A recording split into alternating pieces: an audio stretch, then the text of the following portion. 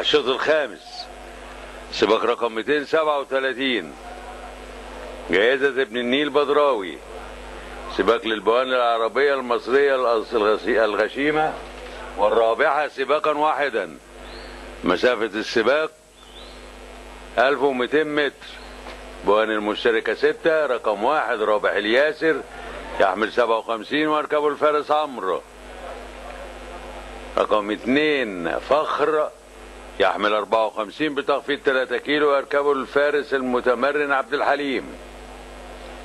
3 خمري يحمل 52 بتخفيض 2 كيلو ويركبه الفارس المتمرن حسن. 4 جميل جمال سابقا مبخت حمدان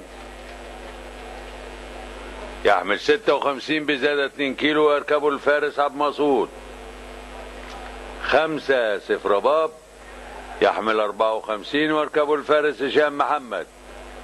ورقم 6 وديعة الجزيرة تحمل 54 بزيادة كيلو ونص ويركبها الفارس نصار.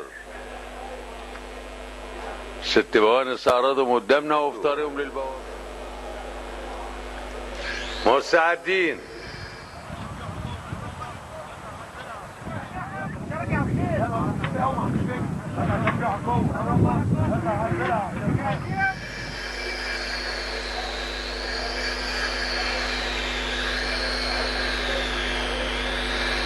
قامت البواني.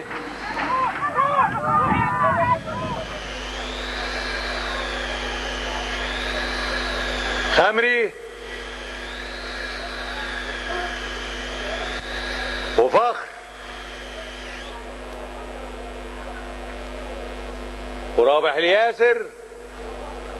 خمري وفخر ورابح الياسر ووديعة الجزيرة. الرابعة السكة الدغري.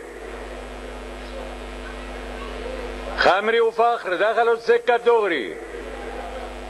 خمري وفخر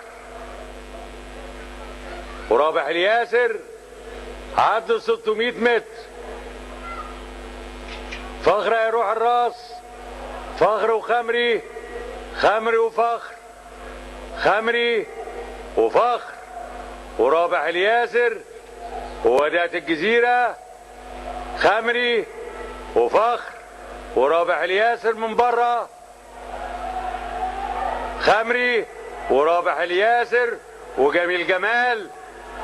رابح الياسر وجميل الجمال. رابح الياسر وجميل جمال. رابح الياسر وجميل جمال. رابح الياسر وجميل الجمال من بره. رابح الياسر وجميل جمال. رابح الياسر جميل جمال. جميل جمال. رابح الياسر. خمري وديعة الجزيرة.